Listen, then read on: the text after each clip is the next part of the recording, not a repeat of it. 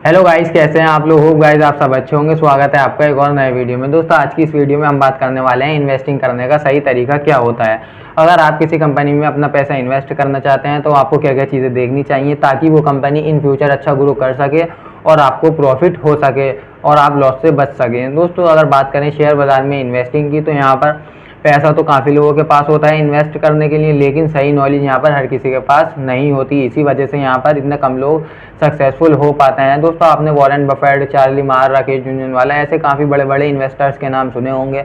अब मैं आपसे एक सीधा सवाल पूछना चाहता हूँ, आज जिस लेवल पर भी हैं, जो भी इनकी नेटवर्थ है, क्या ये ट्रेडिंग की वजह से है? नहीं, ये सिर्फ इन्वेस्टिंग की वजह से है। दोस्तों इन्होंने अपना पैसा अच्छी कंपनियों में इन्वेस्ट किया, इनको वहाँ से जो भी रिटर्न आया कुछ टाइम बाद इन्होंने उस रिटर्न से अपने हज़ारों सोर्स ऑफ इनकम बना लिए।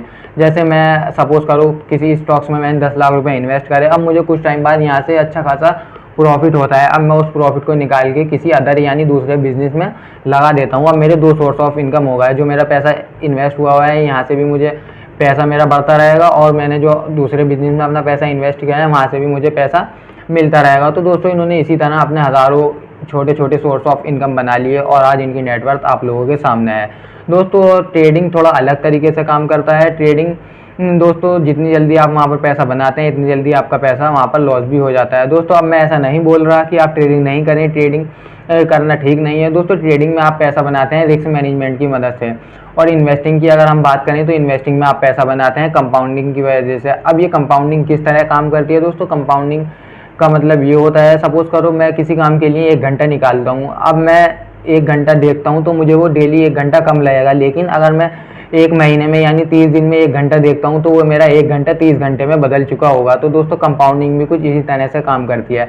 जब आप अपना पैसा सालों, 2 साल, 4 साल, सालों के लिए आप वेट करते हैं तो आपका पैसा धीरे धीरे कंपाउंड होने लगता है। शुरुआत में भले ही वो आपको कम लग सकता है, लेकिन अगर आप वेट करते हैं, पेशेंस आपके अंदर है, तो आपका पैसा धीरे धीरे कंपाउंडिंग होना शुरू हो जाता है और वो एक टाइम में जाकर एक बड़ा अमाउंट बन जाता है। अगर आप सही कंपनी के स्टॉक्स में अपना पैसा इन्वेस्ट करेंगे तो आपको ऐसा नहीं है कि प्रॉफिट ही होगा, आपको लॉस भी हो सकता है अगर आप गलत कंपनी के स्टॉक्स में इन्वेस्ट कर देंगे। तो वीडियो को लास्ट तक ज़रूर ध्यान से देखना है। इस वीडियो को देखने के बाद आप भी 10 से 15 मिनट में ये फंडामेंटल एनालिसिस चेक कर लिया करेंगे कि आपके लिए इस कंपनी में पैसा इन्वेस्ट करना ठीक रहेगा या ठीक नहीं रहेगा।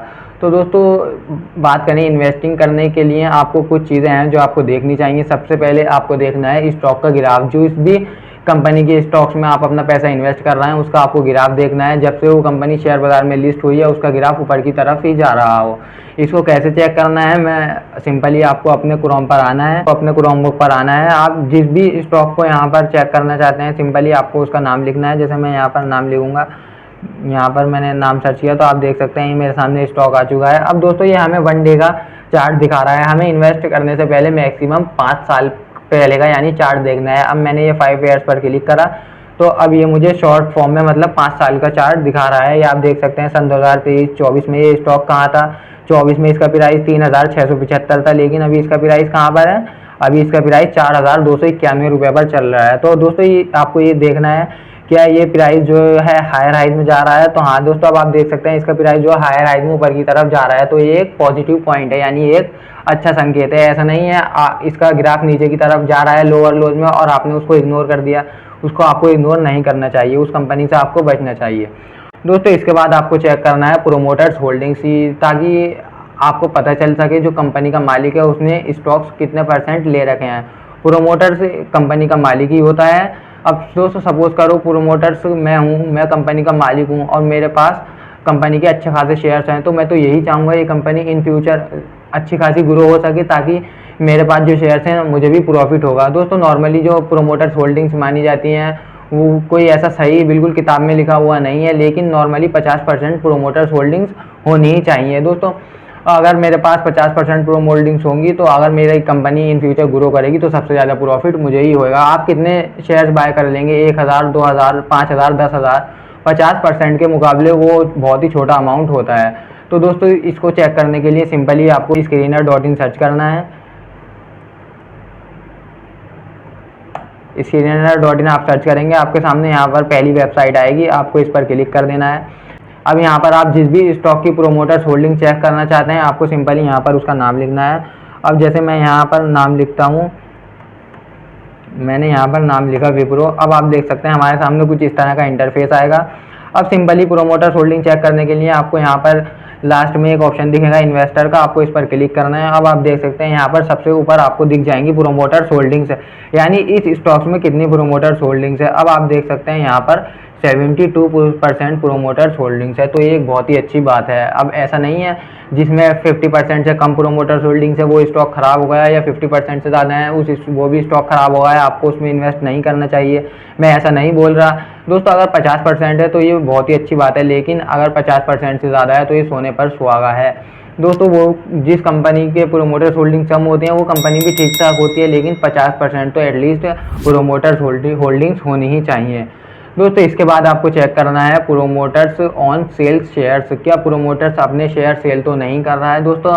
सेल करने का क्या मतलब होता है दोस्तों, अगर मेरी कंपनी है और मेरे पास उस कंपनी के शेयर्स हैं, यानी मेरी अपनी कंपनी के शेयर्स हैं, तो मैं उस कंपनी को क्यों सेल करूंगा। मैं या एक ही रीज़न हो सकता है, मैं इसी वजह से सेल करूंगा, मुझे पता होगा कि मेरी कंपनी आने वाले टाइम में इन फ्यूचर अच्छा ग्रो नहीं कर पाएगी, तो मैं इस वजह से अपने जो मेरे पास कंपनी के स्टॉक्स हैं मैं उनको सेल करना शुरू कर दूंगा दोस्तों। आपको ये चेक करने के लिए सिंपली गूगल पर आना है, screener.in सर्च करना है। इसके बाद आपको इन्वेस्टर के ऑप्शन पर आना है। इन्वेस्टर के ऑप्शन पर आने के बाद इसके बाद आपको देखना है प्रोमोटर्स होल्डिंग्स। अब दोस्तों आप देख सकते हैं यहाँ पर सन 2023 में कितनी प्रोमोटर्स होल्डिंग थी, 50% थी। फिर आप देख सकते हैं सन 2024 में कितनी हुई, यानी 2% कम हो गई, 40% हो गई। फिर आप देख सकते हैं सन 2024 में ही यानी 2-3 महीने के डिफरेंस आया है और इन्होंने 10% और स्टॉक्स अपने पास से सेल कर दिए। फिर आप देखते हैं ऐसी धीरे धीरे सन 2025 में यहाँ पर आप देख सकते हैं प्रोमोटर्स ने 25% अपने शेयर्स होल्ड कर दिए, यानी बिल्कुल आधे शेयर्स इन्होंने अपने पास से बेच दिए।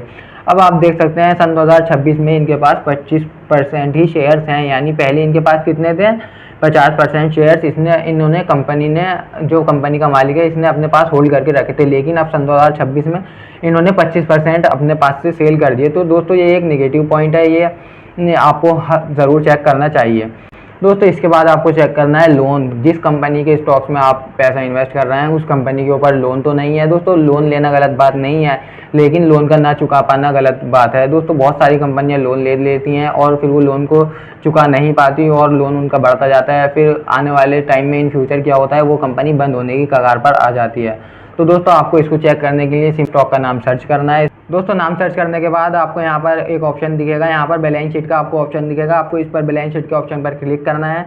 जैसे ही आप बैलेंस शीट के ऑप्शन पर क्लिक करेंगे तो आपके सामने 3rd नंबर पर एक ऑप्शन आएगा बोरिंग्स। अब आपको थोड़ा पीछे चलकर देखना है कि कंपनी ने जो लोन ले रखा है, क्या कंपनी उस लोन को चुका भी पा रही है या नहीं चुका पा रही है। अब आप देख सकते हैं सन 2015 में कंपनी के पास कितना लोन था, 25,770 करोड़ का लोन था। फिर इनका लोन सन 2016 में 30,550 करोड़ होगा, यानी इनका लोन बढ़ता जा रहा था। फिर धीरे धीरे आप देख सकते हैं सन 2022 में कंपनी के पास 12,718 करोड़ का ही लोन बचा है, यानी ये एक पॉजिटिव पॉइंट है, यानी कंपनी जो है लोन चुका रही है। अब आप देख सकते हैं धीरे धीरे करके अब आप देख सकते हैं सन 2026 में कंपनी के पास कितना लोन बचा है, सिर्फ 4,937 करोड़ का ही कंपनी के ऊपर लोन बचा है। तो दोस्तों ये एक अच्छा पॉइंट है, ये एक पॉजिटिव पॉइंट है, आपको लोन ज़रूर चेक करना चाहिए दोस्तों। इसके बाद आपको चेक करना है FIIs म्यूचुअल फंड्स बाइंग्स। दोस्तों सबसे पहले समझ लेते हैं FIIs म्यूचुअल फंड्स ये कौन लोग होते हैं दोस्तों। ये बाहर के लोग होते हैं और ये बहुत ही स्मार्ट माइंड के लोग होते हैं दोस्तों। ये उन्हीं कंपनी में इन्वेस्ट करते हैं जिनका बहुत ज़्यादा चांसेस होता है इन फ्यूचर वो कंपनी अच्छा ग्रो करेगी दोस्तों। इसको चेक करने के लिए सिंपली आपको screener.in पर आना है। screener.in पर आकर आपको जिस भी स्टॉक का FIIs म्यूचुअल फंड चेक करना है उसका आप नाम सर्च करेंगे। अब आप देख सकते हैं यहाँ पर आपको इन्वेस्टर का ऑप्शन मिलेगा, इस पर आप क्लिक करेंगे। अब आपको यहाँ पर देख सकते हैं FIIs DIIs बाइंग देखने के लिए मिल जाएगा कि इन्होंने कितने % बाइंग कर रखी है। अब दोस्तों ऐसा किसी भी किताब में नहीं लिखा हुआ कि इतनी % इनकी बाइंग होनी चाहिए, लेकिन 8 से 10% की इनकी बाइंग होनी ही चाहिए दोस्तों। अब आप देख सकते हैं सन 2023 में 6% थी और अब आप देख सकते हैं जून के अंदर इनकी 8% की बाइंग्स हो चुकी हैं। 8% की FIIs की और DIIs की 5% की बाइंग्स हो चुकी हैं, यानी 8.13 यानी 15% के आसपास तो इन्होंने ही कंपनी में इन्वेस्ट कर रखा है। तो ये एक पॉजिटिव पॉइंट है, ये एक अच्छी बात है दोस्तों इसके बाद आपको चेक करना चाहिए पीई रेशियो यानी प्राइस टू अर्निंग रेशियो। दोस्तों हम कोई बाजार से सामान लेने जाते हैं तो हमें अंदाज़ा होता है कि ये सामान इतने का होगा। दोस्तों मैं एक क्रोमबुक लेकर आया तो मुझे ये अंदाज़ा था कि ये क्रोमबुक 15 से 20 हज़ार के बीच में मिल जाएगी।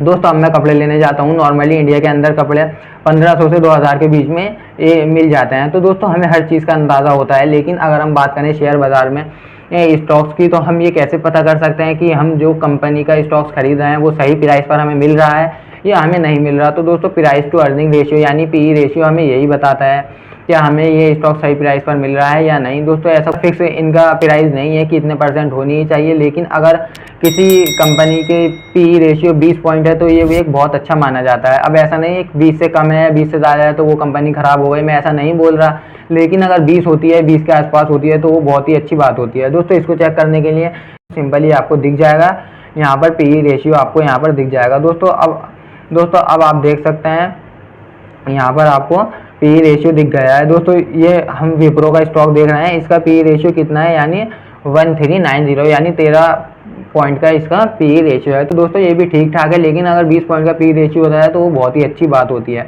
अब ऐसा नहीं है 20 पॉइंट से ज़्यादा का है तो वो ख़राब हो गया है, ऐसा नहीं है, वो भी ठीक ठाक होती है। लेकिन जो सबसे ज़्यादा यानी सबसे अच्छा जो माना जाता है वो 20 पॉइंट का माना जाता है। तो दोस्तों इसके बाद आपको चेक करना है सेक्टर यानी कंपनी का क्या सेक्टर है, जो चीज़ें कंपनी सेल कर रही है क्या वो चीज़ें इन फ्यूचर आने वाले टाइम में ग्रो भी कर पाएंगी या नहीं कर पाएंगी। जैसे पहले एआई नहीं था, अभी कुछ टाइम पहले एआई लॉन्च हुआ, अब बहुत सारी कंपनियां ऐसी हैं जो जिसका काम एआई ने बंद कर दिया है और आज वो कंपनियां बंद होने की कगार पे हैं या कुछ कंपनियां बंद हो चुकी हैं।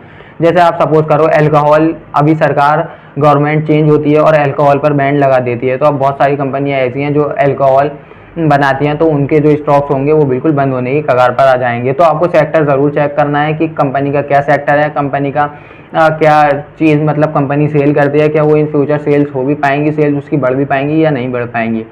तो दोस्तों वीडियो देखने के बाद आपको समझ में आ गया होगा कि एक स्टॉक्स में इन्वेस्ट करने से पहले आपको क्या क्या चीज़ें देखनी चाहिए।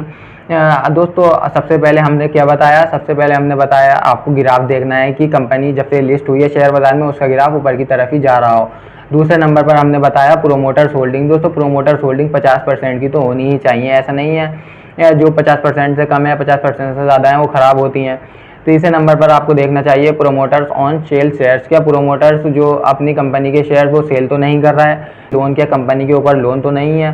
दोस्तों लोन से आपको घबराना नहीं है, आपको ये चेक करना है कंपनी लोन चुका पा रही है या नहीं चुका पा रही है। अगर चुका पा रही है तो एक पॉजिटिव पॉइंट है यानी अच्छा पॉइंट है।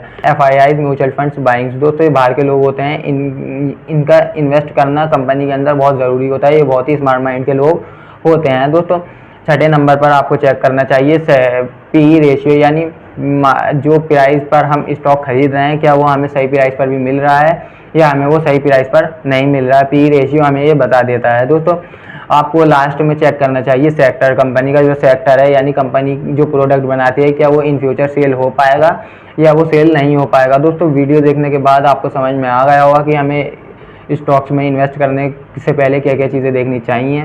दोस्तों कुछ भी आपके मन में किसी भी तरह का डाउट रह गया है तो कमेंट सेक्शन में ज़रूर बताएं, वीडियो को लाइक करें, चैनल को सब्सक्राइब करें और मिलते हैं दोस्तों अपने अगले वीडियो में।